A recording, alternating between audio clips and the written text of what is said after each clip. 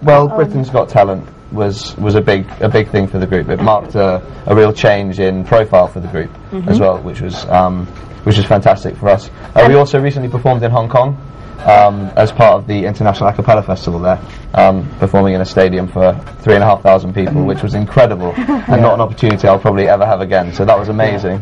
Because you guys are not going to be here in this group all the time, right? It just keeps changing. As you leave university, you're going to get new members into your group.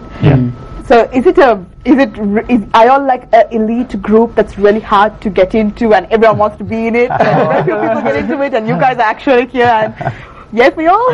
We'd like to think so. Everyone would want to be in the group. And auditions are tough. Like, I think take a long time. Yeah, this is our first year in the group. Is it an out of the blue audition? Like, do you have to do weird stuff? There's 3 rounds.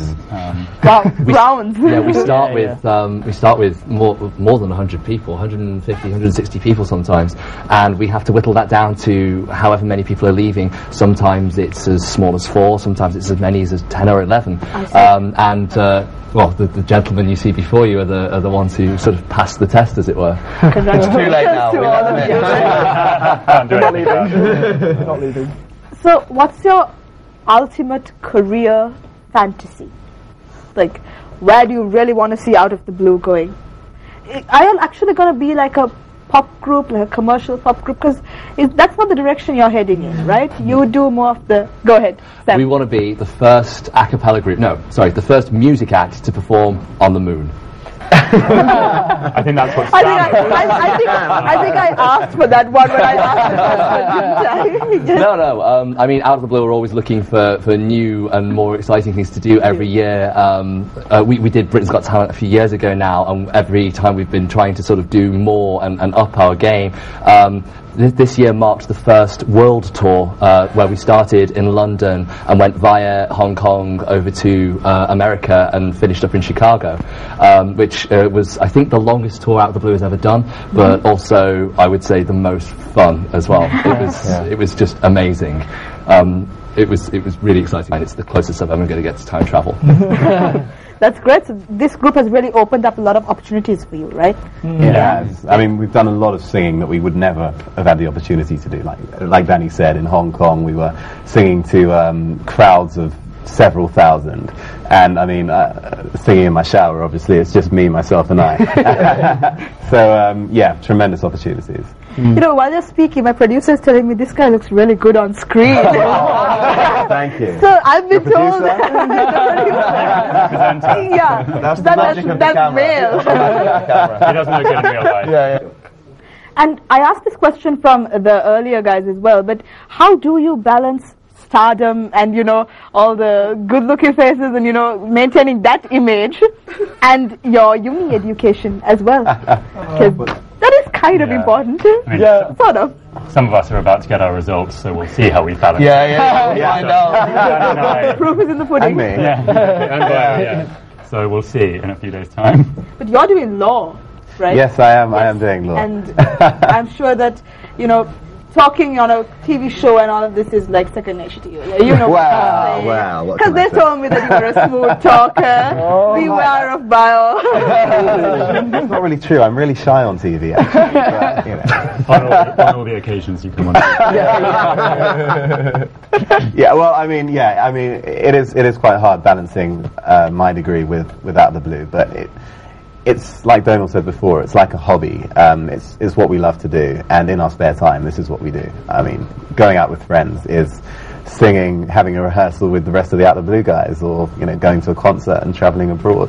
That is our fun time. So, of course. And we've also got loads of other stuff we're doing as well. I mean, Jack acts, and Josh is president of his knitting society. So, all very important. Not only is he knitting, he is the president of the knitting society. Did he not tell you very that? important to he didn't say he was president. He would have won all dating if he'd have told you that. It's very modest. All this said, that you do find people scrolling out the end of an essay on the bus on the way to Oh, yeah. It can be pretty crammed in. You need to balance all of that, right? You need to get your assignments in on time, and you have, I'm sure, 1,001 other things to do as well. But because you enjoy this, you're doing it. It doesn't fit. It's not work. It's what we do when we're not working. which is a lot of the time. Yeah. So it's not only, I mean, you guys are doing this, you're having fun, you get to go to so many other countries, but you don't keep any of the profit for yourself, do you? No, we don't. We're entirely not for profit. We do donate a lot of our revenue to a charity that we support called Helen and Douglas House, which is the first children's hospice in England. Oh, I see. Yeah. Is that... Go on. Sorry, yeah, so it's something really special for the group because we try and visit when we can. So I remember a few weeks when I first joined the group, we went up the hill to visit the hospice, and it's a really special place, and it's nice to know that what we're doing is going to a really good cause. Of course, and I'm sure that they appreciate it as well, because to have someone like you supporting them must mean a lot to them as well.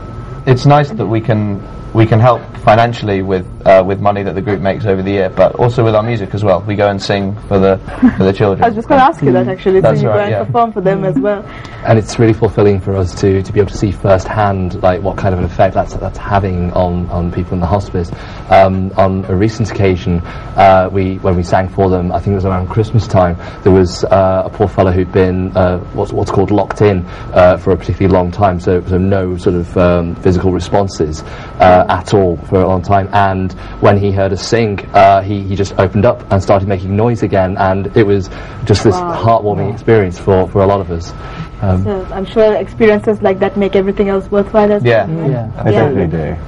So, okay, this is a question I really wanted to ask you guys. Now, there are movies that we see in Sri Lanka, like Pitch Perfect, things like that. Do you actually have sing-offs happening? Like you meet up with, was it the Oxford Bells that you have in Oxford University? Yes, that's the all-female group, right? Yeah, there's another one called In the Pink as well. There are actually 2 all-female groups. Yeah. All right, so do you get together? Do you have like a friendly or not so friendly rivalry going on with them? Or? I mean, we don't really fight with the other a cappella groups. So we love them because all the a cappella groups in Oxford are so different. There's a mixed jazz group, there's a mixed group that does pop, and there's the 2 all-female groups, which themselves are quite different.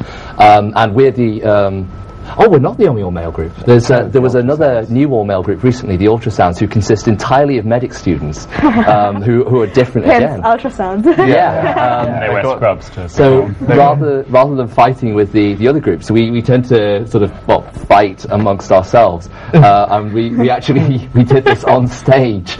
In a big show that we did a few weeks ago now, in front of about 1,000 people. We split off into 2 and just sort of like fought it out to decide whose hair was better, Salali's or Bio's. Obviously, I won. because that's a very fair competition. A lot of hair, no hair. Well, what do you think? Salali's team. Definitely Salali. Basically, Big Pitch shocker Perfect is a perfect representation of exactly That's what we do all the time. Okay. Perfectly accurate.